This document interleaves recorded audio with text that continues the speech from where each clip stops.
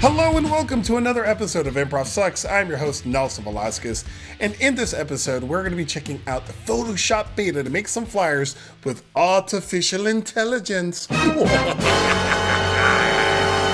All right, we're going to get started. So I'm going to assume you already know how to install Photoshop. You have the regular Photoshop installed and you have the beta installed. You do not want to use the general release version of Photoshop. You want to use the beta because it has a special feature in here. So I'm in the Photoshop beta right now. I'm going to go ahead and click on new file right here. And it's going to bring up a dialog box, and I'm going to just take what it has in here. I pre-populated it. You can make it whatever size you want. I'm going to make it 1080 by 1080 at 300 DPI. Click on create, and voila, I've got myself a box here. Yes, a blank box. So what is it that we want to do? One of the things that really sucks about what we try to do with graphic design is that we end up having to spend a lot of time trying to find pictures and assets and a bunch of other stuff that honestly slows us down. So what I'm going to try to do here is show how we can use the power of AI to kind of jumpstart where we're going with this right now. So what are we going to do? We are going to try this again. We're going to go back here and we are going to select the entire frame. How do we do that? I'm going to hit Control A. I think it's, I don't know, Control A or something like that on a Mac. I don't know what the difference is. I'm using a PC. So when I do that, you see down here the word generative fill. Yes. Go ahead and click on that. Boom. And what that does is that it brings up a box right here. And in this box, we get to type some verbiage. Yes, this is like ChatGPT if you know how to use it. That's awesome. So we're gonna go ahead and do that right here, right now. We're gonna go ahead and type our selection. So let's say that we're trying to do maybe an improv. Let's go with a comedy club. Comedy club stage with only chairs. And let's see what that generates for us. So as this is thinking, it's going out to a model, it's asking all kinds of stuff, and it's going to generate a background for us. And voila! Instantaneous comedy club thing here. It's a little rough. It's a little rough here. Let's see. Well, the cool thing here on the right-hand side is that they've got some variations here. So I can click on this right here. Oh, don't like that one.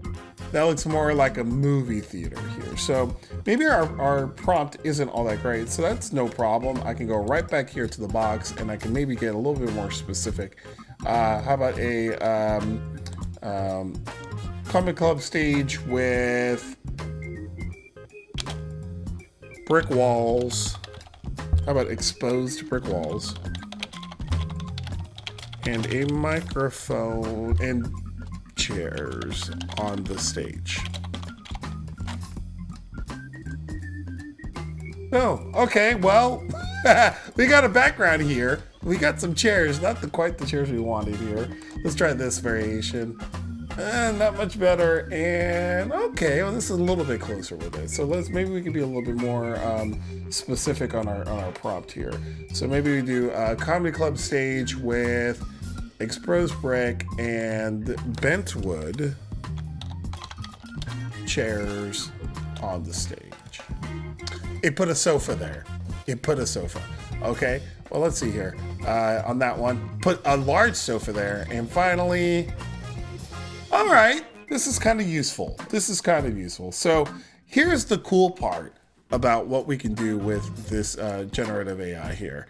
The cool part is that we can go ahead and select parts of it that we like and that we don't like, and then we can have it do more AI kind of stuff. So let's check that out right now. All right, so we're gonna go right back here and we're gonna check this out. All right, so I don't like these two chairs here. So what I'm gonna do is I'm gonna use the lasso tool, and I'm gonna go ahead and select all this right here. Boom, cool. Not very clean, is it? I'm gonna deselect that. So select it here. Boom, awesome. And I'm just gonna hit the generative fill button again, right? And I'm gonna hit nothing. Let's see what it does. Bam, they're gone. they're gone. How cool is that? So I got a clean stage right up here that I can play with and I can do stuff with. Notice on the right hand side, I've got 2 layers now. I've got the original one, the background I had, and then a masked out version of it covering it up. And what I can do is if I didn't like that, I can always put them back. See? Awesome. So I do like this. I'm gonna go ahead and merge these down, merge visible. Cool, so now it is just one item here. So now I'm gonna be like, cool. Well, let me see. Let's try to put some actors on here. Let's see how this goes. So I'm gonna go ahead and select with my lasso tool again. I'm gonna select like this area here. All right, so I selected that. Now I'm gonna say place 2 actors performing comedy. All right, so we do hit generate. Hey, it put 2 people performing comedy on chairs right in front of us. How great is that? I'm gonna zoom in on this because this is one thing that I found that's really interesting about this. Yeah, their faces are a little screwed up. Like, it's not perfectly great with faces or putting stuff in there, but their faces are a bit messed up. Their bodies are a little bit contorted. Let's see what our other options are, shall we? So let me go zoom out here. Let's see what other options they gave me. So maybe that didn't work for me. Yep, their faces are messed up too. And their faces are messed up, but it's a start. Maybe that's the aesthetic that you're going for, right? So I'm gonna go ahead and click on generate again. And let's see what it does. It's gonna take the last prompt that I gave it and generate some new ones. Wow. Wow, look how scary these guys look right here, dude. Look at these folks. This is scary. I've got the Silence of the Lambs person here improvising, and I got like Jason Voorhees on this side going.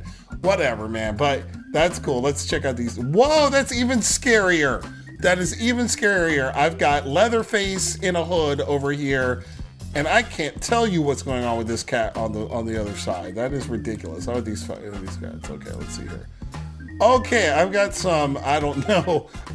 I've got some video game harlots. Look at these cats. It's like Scarecrow on the right, and this dude over here, he kind of looks like he's out of the Umbrella Corporation or something. I don't know what's going on with this. So yeah, you're gonna have to play with this a bit more. I haven't been able to get these cats to look really good as far as humans are concerned, but maybe we change it. Instead of 2 actors, maybe we'll make it let's make it 2. Actually, let's see here. I'm gonna go ahead and delete that layer first. So we're gonna go back to our original here, and I'm gonna go ahead and select my area. Don't have to be too careful with it, just like that. And I think I'm gonna go with 2 clowns. No, we all know comedians are clowns. 2 dogs performing comedy.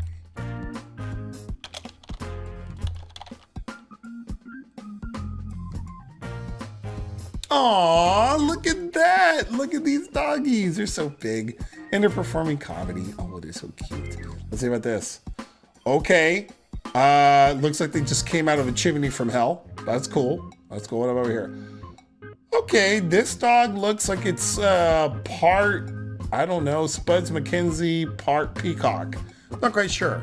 But the whole idea here is that you can use this Photoshop AI to really, really speed along what it is that you're doing as far as you're creating your graphics and coming up with something original. I really, really like where this is going, and I'm hoping it gets better along the way. What have you been able to make with the Photoshop AI or any AI in general as far as your graphics are concerned? Please link below what your graphics look like. I would love to see them and share them with folks. So I've been your host, Nelson Velasquez. Thank you for watching.